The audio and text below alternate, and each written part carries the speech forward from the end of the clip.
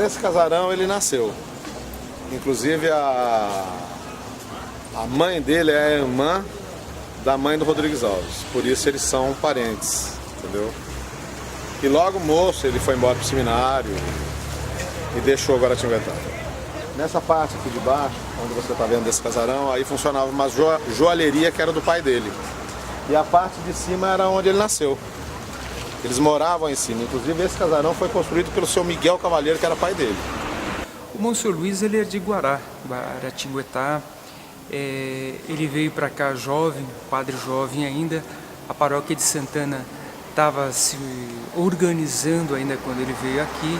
E quando ele chegou já começou a mudar um pouco ou muito o perfil de Santana.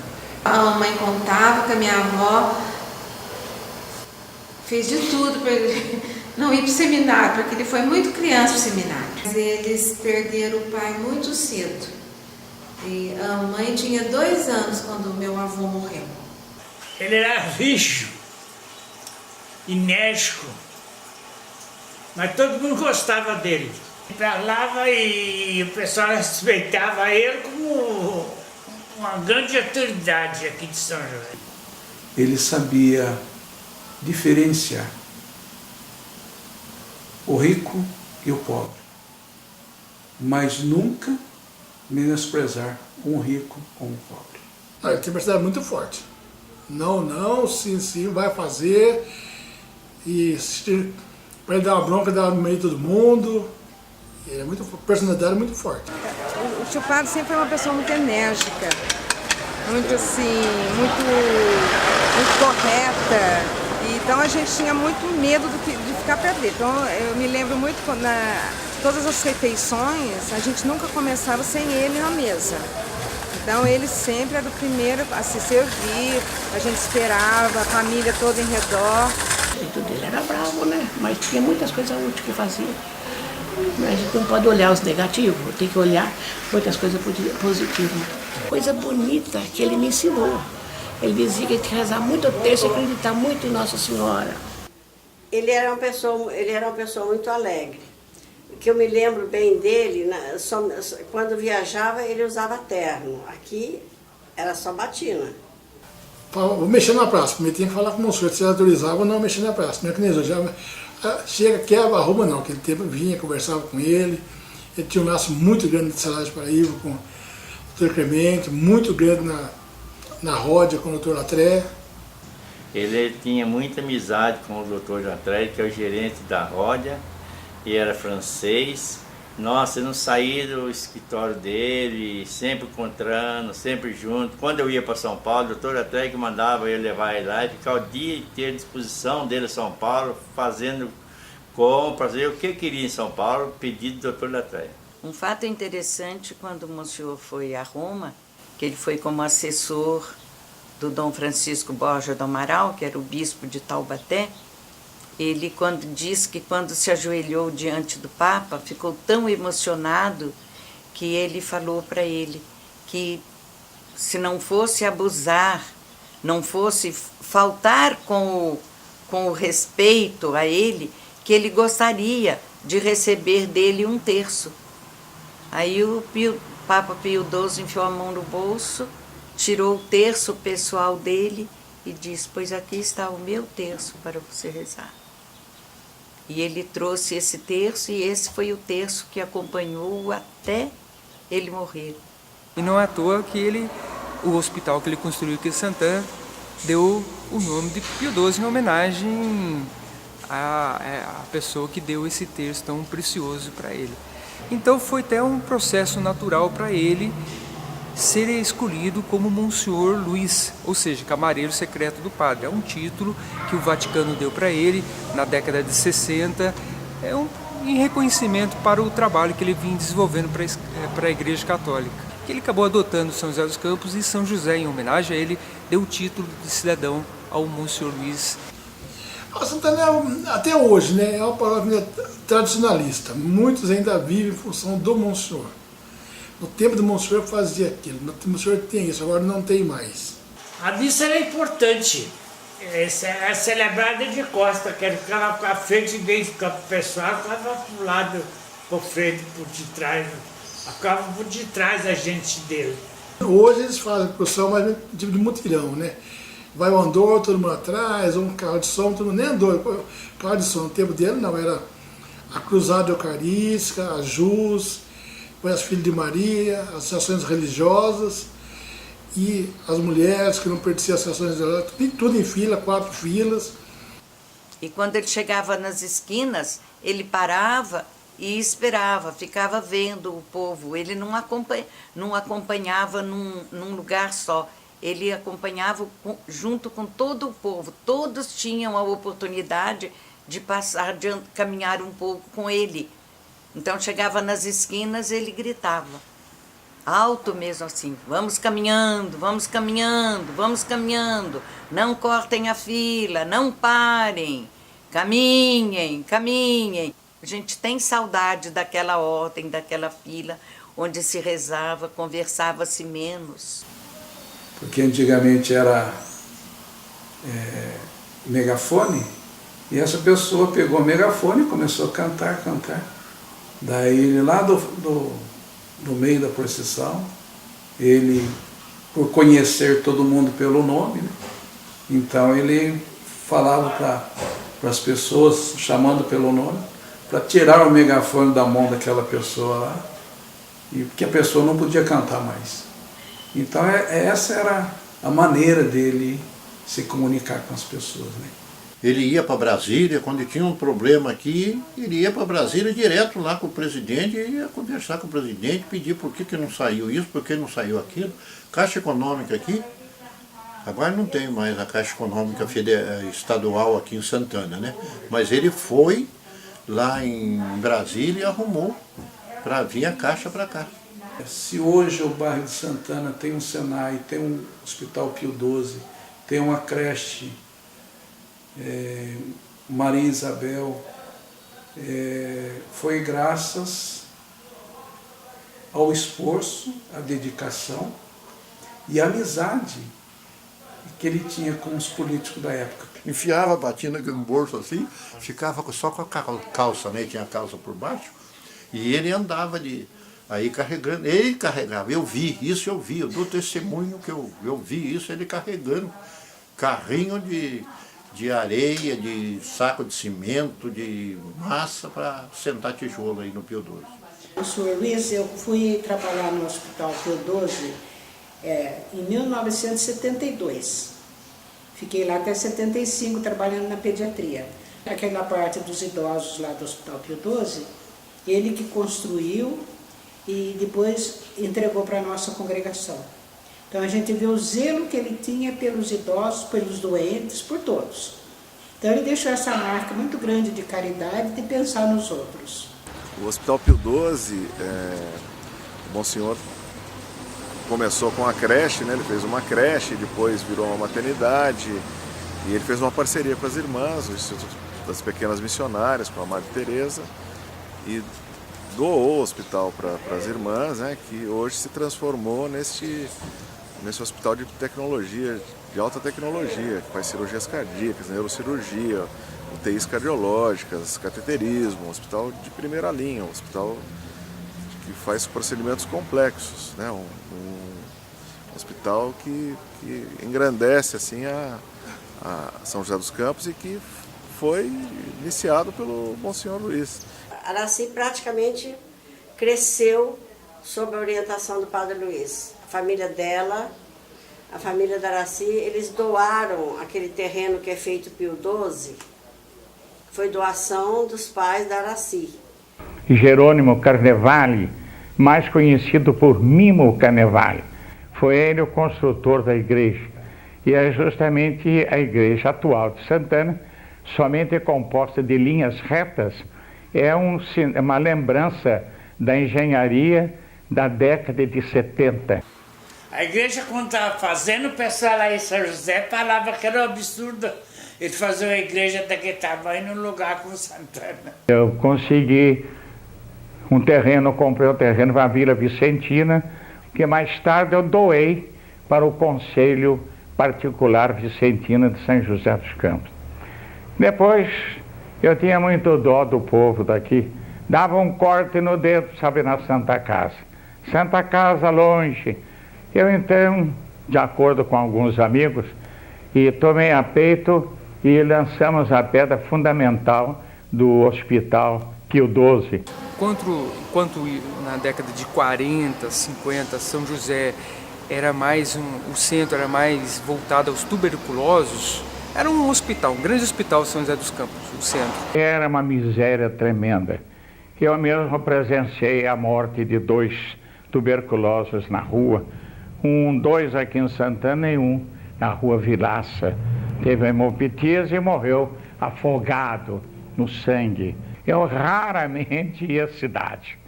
Eu sempre ficava por aqui, porque na cidade mesmo eu sabia que nos bares eles tinham 2 tipos de copo. Um tinha um fundozinho esverdeado, era para os doentes, e os copos normais para os de saúde. Então o garçom, mais ou menos pela cara, ele dava o copo. Eu nunca tomei nada fora de casa, mas eu tinha medo. Depois de mim, não tem ninguém, estou eu até agora aqui, 48 anos de paróquia, e encontrei 25 capelas na roça, onde eu dei assistência durante todo o tempo, e naquele tempo não havia carro, ou melhor, havia carro, mas não havia estrada, de modo que a gente andava sempre a cavalo, ou então de charrete. Mas ele andava por aí afora de cavalo, porque era uma paróquia muito extensa. Então ele ia para a roça, então ele tinha uma garrochinha, né? Por isso que colocaram o apelido dele de o xerife de Santana, porque ele tinha que se proteger. Dizem que é para não só dos animais, mas de alguns desafetos do Monsenhor Luiz. Mas ele logo aposentou essa garrochinha, virou apenas folclore. É que a Santana, no tempo que eu vim para cá, não tinha soldado aqui. Então a gente precisava tomar algumas medidas drásticas que competia a polícia. Mas a gente então, com essa força moral que a gente tem, a gente costuma fazer de muita coisa boa e evitar males que venham prejudicar aqui a população do bairro. Ele era caracterizado o xerife de Santana, porque ele chamava atenção, ele saía à noite quando a molecada estava fazendo baderna, estava fazendo algazarra na praça, ele chamava, ele conversava e sempre com a energia, uma energia afetiva. Eu saí daqui todo criançado, todo na frente, e até o Santa Cruzeiro, jogando bala, tacando a vara de marmelo na criançada. Na igreja ele era rigoroso, então uma vez a irmã dela, a sobrinha dele, estava lá na igreja, vestida de manga. Ele foi, não falou, aquela moça lá que está lá com o vestido tal, faça favor de sair da igreja que não está entrando, era a sobrinha dele. Nisso chegou uma senhora que era madrinha, chegou atrasada, e ela entrou pela porta da sacristia, onde que ele estava. E ele viu que ela estava com o vestido, com as costas tudo de fora aqui. Ele tirou um paletó lá dos ministros da Eucaristia e botou nas costas da mulher, para tampar as coisas que estavam com as costas de fora. Nossa. E eu não sabia onde enfiava a cara, eu morria de vergonha. Nossa. Também teve o caso do sino, quando o Monsenhor Luiz, né, porque lá tinha 2 sinos, o Monsenhor Luiz, porque estava a paróquia crescendo, ele quis um sino para uma outra capela que estava surgindo. Só que a comunidade, também insuflada pelos antigos proprietários desse terreno, onde estava a capela, protestaram contra o Monsenhor Luiz, não queria deixar o Monsenhor Luiz tirar um dos sinos. Aí o Monsenhor Luiz o que fez? Fechou a capela. Tinha uma capelinha aqui, nessa rua aqui, ele tirou o sino, fechar a capela. Ele era desse jeito. Certa vez um prefeito veio comungar aqui e ele tinha acabado de se separar da esposa. Para o Monsenhor isso era um absurdo. Quando esse político chegou para receber a hóstia, o Monsenhor Luiz simplesmente deu um tapinha na costa dele e chamou o próximo e não deu a Eucaristia para esse político. Em 1976, me convidaram para ser candidata a vereador. Aí eu falei, não quero de jeito nenhum. Cheguei na cozinha e falei, bem, você acredita que o PDS me ligou querendo que eu seja candidata a vereador? Mas de jeito nenhum, só se o Monsenhor ligasse para mim. Eu acabei de falar, o telefone tocou. Era o Monsenhor. Mas não foi 2 minutos. Desde você vai ter que ser candidato a vereador. Falei, que? De jeito nenhum, Monsenhor. Vai. Você é um soldado e você foi coisa para lutar. E você vai ter que lutar. Você vai sair pelo PDS para ajudar a gente. Aí eu saí, graças ao Monsenhor Luiz. Eu não tinha saído, não. E tinha os terrenos também nesse bairro do Boquirim, que era da Cúria. E haviam pessoas morando lá. E aí o que aconteceu? Um vereador incitou os moradores a protestar contra o Monsenhor Luiz, porque o Monsenhor Luiz queria vender esses imóveis para essas pessoas que estavam morando nesses terrenos. Só que é o que aconteceu, o Monsenhor Luiz falou que ele não ia ser mais eleito vereador, dito e feito.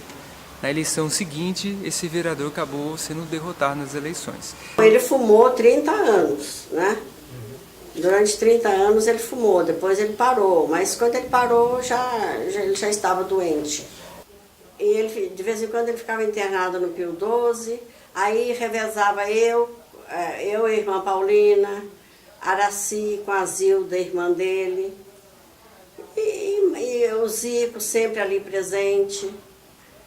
Foi uma época difícil, assim, de sofrimento para ele e para a gente, que a gente gostava muito dele. Ele estava com uma efizema muito avançada e até para amarrar o sapato ele tinha falta de ar. E estava sofrendo muito, ele não reclamava, fazia inalação o dia inteiro. Um dos últimos fins de semana que nós tivemos lá, o Pedro Paulo ainda falou, padre, vou levar o senhor de carro na igreja. Ele aceitou até. Ele aceitou. Mas aí foi ele falou pior. assim, ó, pior. Porque para ele pior. entrar e sair do carro, ele cansava mais se ele fosse a menina andando devagarzinho. Era o José de Campos, era assim, as pessoas que iam na casa dele à noite jantar com ele, assim, tomar uma sopa, porque já estava tremendo muito, mas mesmo com toda a doença dele, ele nunca deixou de celebrar a missa. Cheguei lá e estava dando os últimos suspiros. 1h da manhã o sino fúnebre batendo. Muita gente não dormiu aquela noite. Mas tudo passa, né, Danilo?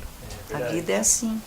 Inclusive teve uma reforma da porta lateral, dos degraus da porta, que ele encomendou as pedras e ainda falou para a moça que ia ter uma grande festa, que ele precisava aprontar a entrada da igreja. E foi pro velório dele.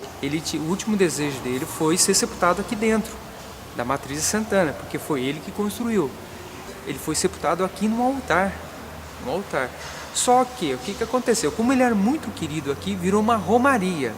Ao invés de ir para o Santíssimo, o povo estava indo no túmulo do Monsenhor Luiz.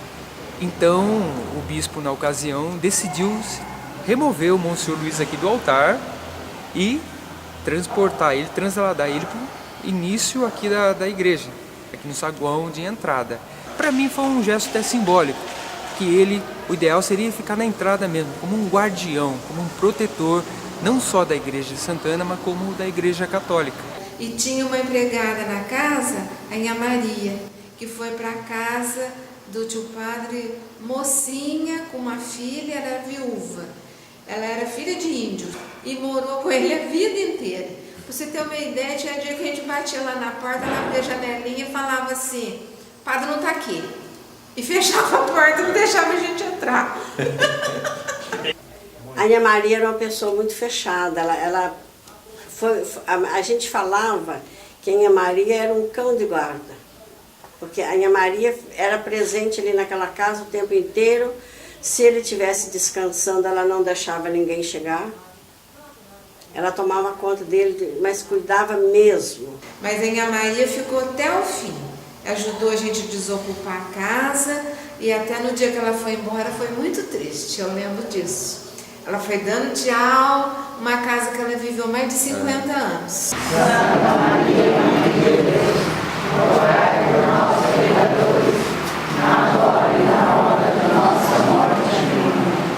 E sempre continuo a falar sempre o que precisa, embora muitas vezes vai ferir os sentimentos de amor próprio e de vaidade de algumas autoridades. Então me deram o nome de xerife, eu me honro muito. Só não me deram uma estrela de ouro para me colocar na batina. Sempre fui muito bem tratado por todos, sempre houve muito respeito pela minha pessoa. Então agradeço muito e peço a Nosso Senhor todos os dias, e eu não esqueço de rezar pelo povo de Santana e pelo povo também de São José dos Campos, a quem eu fico muito grato, e peço a Deus Nosso Senhor e a nossa padroeira Santana que abençoe essa cidade tão boa, que tanta saúde restituiu aos doentes e que hoje é uma bandeira de progresso, de alegria para o Brasil.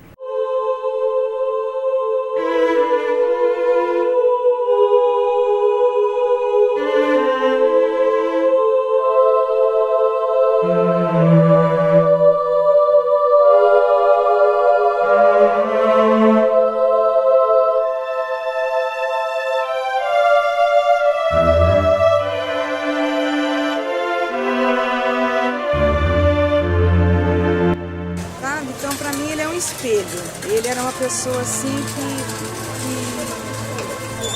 eu vejo assim como um ídolo, tá? Para mim, eu vejo o tio Padre como uma pessoa que não morreu. Não morreu. Para mim, ele está sempre presente. Inclusive, eu acho que é uma influência muito grande na nossa personalidade, no nosso caráter, porque as coisas boas a gente lembra dele.